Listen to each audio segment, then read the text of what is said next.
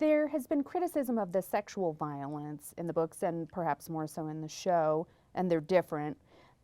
And that is historically accurate. I mean, war treated women, always has treated women very, very badly.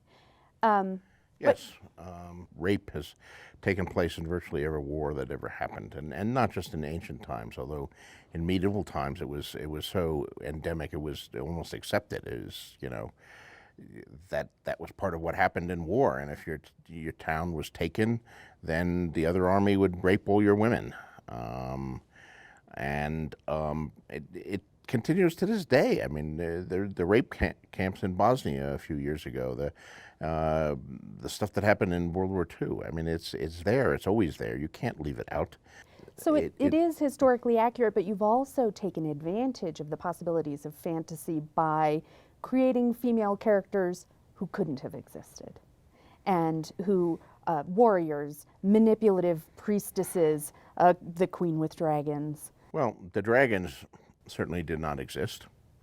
Although it should be pointed out, I'll get back to the main question in a minute, but it should be pointed out that in the real medieval times, people believed in dragons. People believed in witches.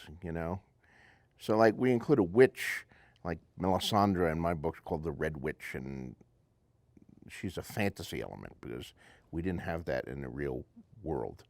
But the people living in that real world thought they had it. They executed women because they thought they were witches. They hung them, or they burned them, or they pressed them to death under large stones. And if you could bring one here with a time machine, they would say, of course we had witches. What are you talking about? Witches were real. They killed my cow with a spell. They gave me warts. They had suckled the devil every night under the dark of the moon. And they believed there were dragons out there. They believed there were manticores. And if you believe something enough, it becomes part of your world, and it affects the way you live your life, and it affects the decisions you make. And getting back to the issue, yeah, I've added dragons, I've added some fantasy elements, some magic, and all that. But I don't think the women are magical. Yeah. But to be historically accurate would be to limit your character development. It's more fun to move into fantasy with women. I don't think I have moved into fantasy with women aside from Danny's Dragons. I think you can find an analog for every one of the women in my books. Yeah, they're unusual. They're the exception. They're not the rule. But the exception is what you want to write about. You don't necessarily want to write about the typical example, the typical knight, or the typical king or peasant. It's the ones who are a little more complicated than that give you a little more juice to write about. What didn't happen, where I think some of my fellow fantasists move into fantasy is with their depictions of the class system. My books were at least partly written as an answer to what I call the Disneyland fantasies out there, where writers who Tolkien imitators chiefly, who love having the princesses and the knights and the castles and all of that. So they put all of that in, but they don't really seem to realize what it grew out of, like the class distinction. So you always get the scene where the spunky peasant girl tells off the arrogant lord. The spunky peasant girl who told off a real arrogant lord in like 1223 would have had her head chopped off, or at least her tongue ripped out. These social systems had teeth. You can't just take 21st century Americans and put them in surcoats and mantles and give them a sword and pretend that they're medieval people. The medieval way of thinking was quite different. So You mentioned beliefs. Religion is a thread that flows through here. What is it about faith that attracts you? well, religion has played a huge part in human history and was very important in the Middle Ages. So I think it really needs to be reflected in fantasy. And particularly in a world where real magic exists. We get to, I was talking about it earlier with the dragons and the witches and all that, but, you know, consider that. I mean, we have a society now where some people are very religious, some people are basically secular and agnostic or atheist, or even if they do follow religion, they don't really guide their actions by it. It's sort of paying lip service to it. But imagine what the effect would be on religion today, on the world today, if any of our religions actually could perform miracles. Imagine if there was someone going around raising the dead, or walking on water, or multiplying the fishes and the bread. You know, everybody would follow that religion. It would be on television.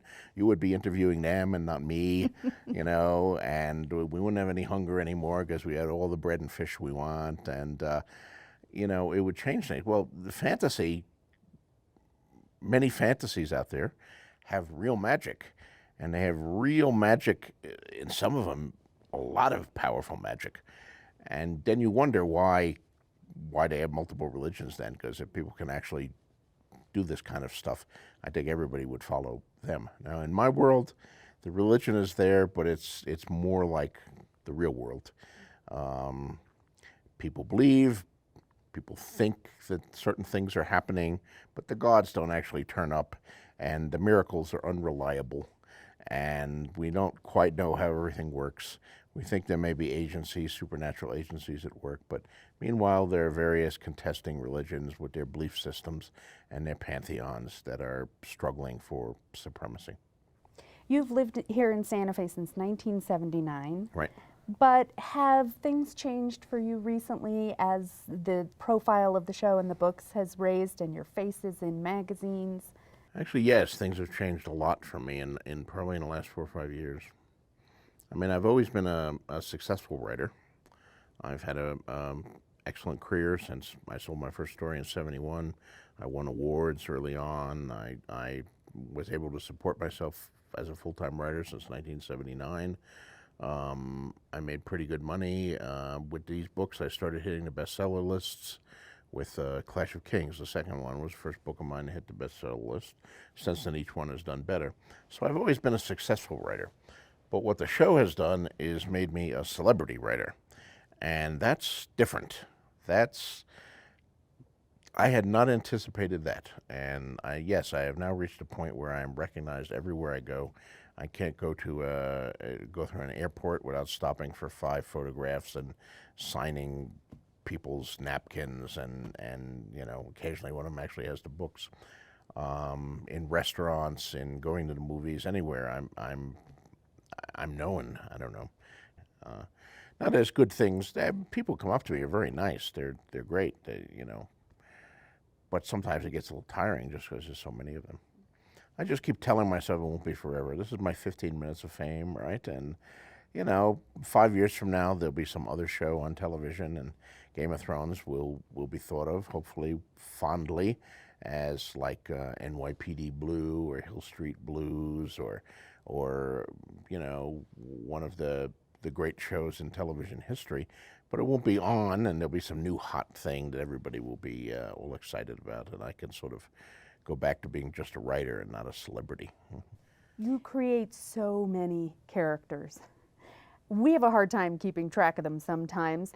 How do you do it? I mean, do you have a wall where you've tacked pictures or note cards, or is your mind just I do have note cards, and well, not note cards, but I have computer files.